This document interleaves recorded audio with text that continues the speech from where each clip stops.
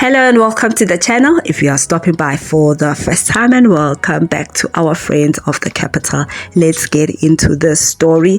We are talking Floyd Shivambu and all the controversies that he brings with him into the MKP Kuningi. We'll just focus on the latest, which is him visiting Shepherd Bhushiri's church in Malawi. Now we see the first plot twist where Jacob Zuma has allegedly defended or supported Floyd Shivambu's visit to Malawi, right? And this came at the back of the fact that the MKP officially sent out a statement rebuking Floyd Shivambu's visit, saying all sorts of harsh words to him, even hinting on a disciplinary action. Most people have linked that statement to Untlamulo and Lela together with Ududuzile Sambola Zuma. What are your thoughts on that one? Now we take a look at also the sentiments around the fact that what Floyd Shivambu did also put strain on the brotherhood between him and Ndlozi, because they are now holding opposing views where Ndlozi is pro-law abiding citizens. So what is going on there? We take a look at these stories and the sentiments around this. Please give this video a thumbs up in support of this channel and kindly hit the subscribe button if you haven't as yet. Let's continue and take a look at this story further.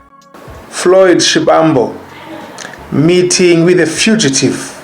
It's an embarrassment. Flying all the way to Malawi to meet with a fugitive.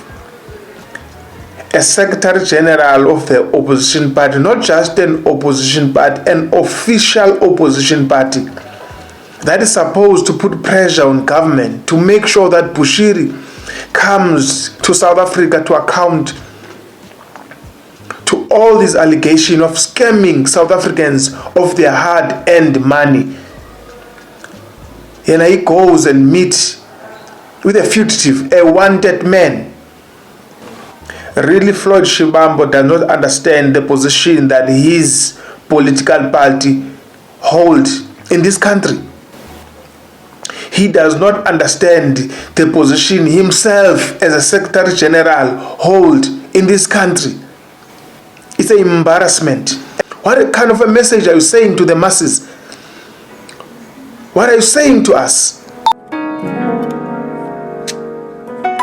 Ever since bafika uFloyd Shivambu akazi kube khona uzinzo lapha kwi leadership MK, yabo? And especially ngeke uthathe umuntu onjengalwana uzomkhanda SG organization, kukhona abantu abasone ne organization from the grounds, uzomthatha uzomnika a top position, a critical efana nale. You see, South Africa's Bill of Rights, our cornerstone of democracy, guarantees every citizen the freedom of religion, of association, and of movement. That is sections 15, 18, and 21 of our Constitution. Now, based on those protections, Floyd Shivambu's attendance at the church service in Malawi as a private citizen should be a non-issue. It falls squarely within his constitutional rights, plain and simple. But here's the thing. He is not just a private citizen. He is the Secretary General of the MK Party. And suddenly, his presence at that church becomes a national debate, raising eyebrows and headlines. So the big question is, why are some political figures held to a higher moral standard than others? Let me give you two examples. First, President Cyril Ramaphosa. Despite serious allegations tied to the Phala scandal, he is still in office, still commanding power, still enjoying elite backing and institutional legitimacy. Second, members of parliament who have visited Israel, a state that South Africa, Amnesty International, and Human Rights Watch have all accused of maintaining apartheid-like policies. Yet those MPs face little to no backlash. So we have to ask, Why is Shivambu's connection to Shepherd Bhushiri, a religious figure who, yes, we all know, has legal troubles, treated as if it is uniquely scandalous? And here is my take. It is all about political optics and power. Shivambu's critics are not just concerned about his ethics. No, they are not. They are using his association with Bhushiri as a tool, a way to delegitimize him as the MK Party Secretary General. In South Africa, public accountability is not always about ethics. No, never. It is more often about who has power, who controls the story, and who fits into the mainstream agenda. That is a problem. And honestly, that is a shame. Well, there you have it, guys. This topic is definitely a contentious one. Well, it is clear from the general public that they are against the move by Floyd Shivambu, but within the MKP, there are factions forming. Some are quoting the MKP constitution that condemns Floyd Shivambu's actions, and some are quoting the constitution as well, but the constitution of South Africa that allows him to associate with any religious group that he deems fit. So now what's going to happen? Well, it turns out that Jacob Zuma alleged, according to reports, that he was well aware that Floyd is taking a trip to Malawi. In fact, they have called it one of the master strategies, right? So that they can get intel on how is it that Shepherd Bhushiri ended up in Malawi, leaving South Africa via the president of Malawi's jet. So they are alleging that it must mean that the presidency of South Africa was aware that he will be joined by Shepherd Bhushiri. So that is to be found out if this was actually the strategy.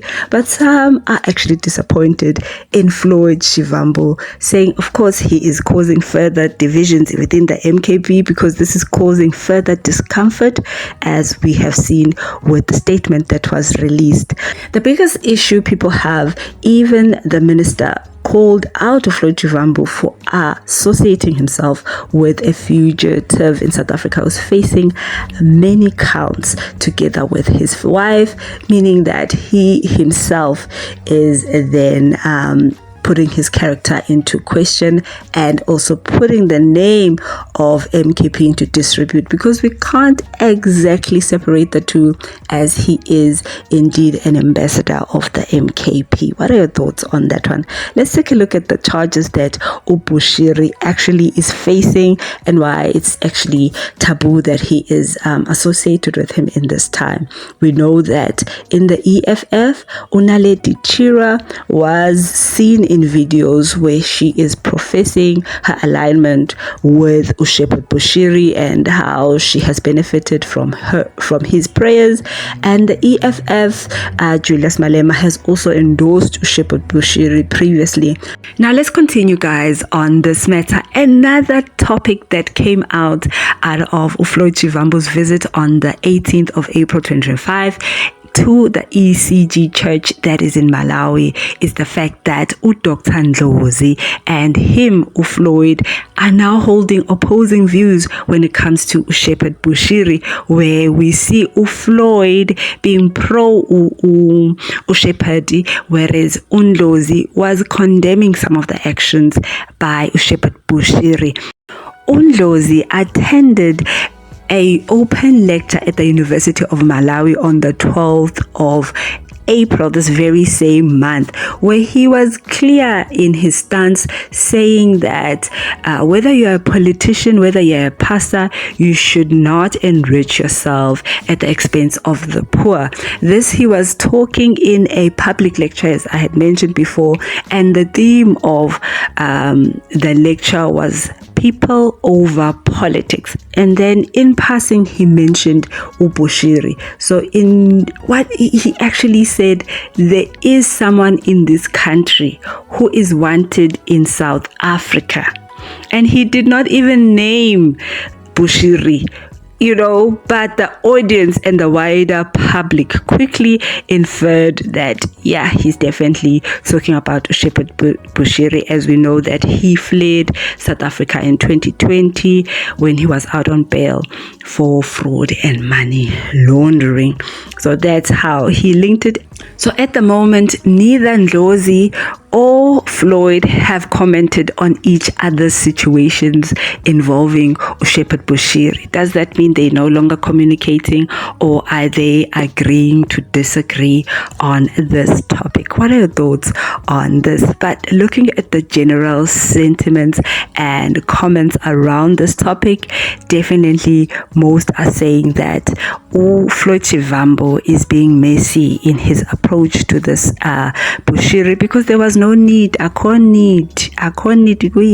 There's no need for him to bring this controversy. What are your thoughts on this? Is this another spin, or what is going on? I'd like to recognize your presence.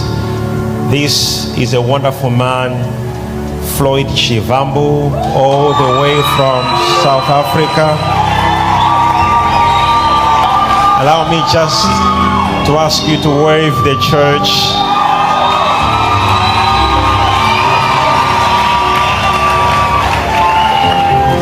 Thank you for being here and praying together. We had a wonderful, fruitful conversations area. What are your thoughts on this? Please give this video a thumbs up.